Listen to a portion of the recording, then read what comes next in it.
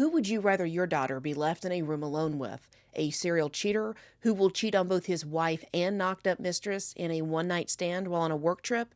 A man who has a rape accusation against him in which the alleged victim filed a police report and had a rape kit completed? A man who paid his accuser to sign an NDA? A man who has allegedly had serious alcohol abuse issues, including statements from former coworkers and bosses? A man who was allegedly so out of control that when he took his coworkers to a strip club, he had to be dragged off the stage. A man who has an alleged white nationalist tattoo.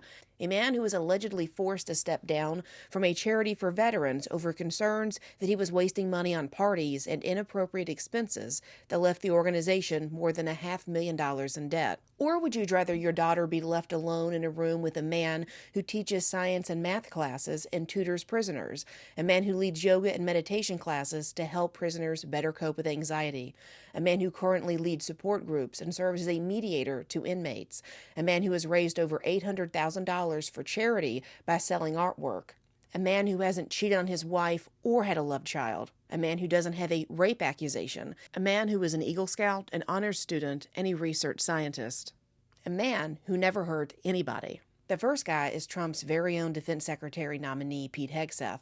The second guy is Ross Ulbricht, a man who was convicted of operating a website and will spend the rest of his life in prison. You could lock me in a cell with Ross Ulbricht with the very high-security prison where he is serving his 2 life sentences, and I'd be far safer than alone with Pete Hegseth.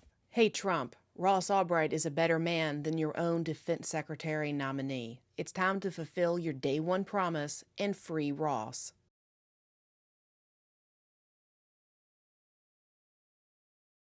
Now that you know where we've been, find out where we're going. Tune in to Ladies Love Politics, where you can stay informed without going insane.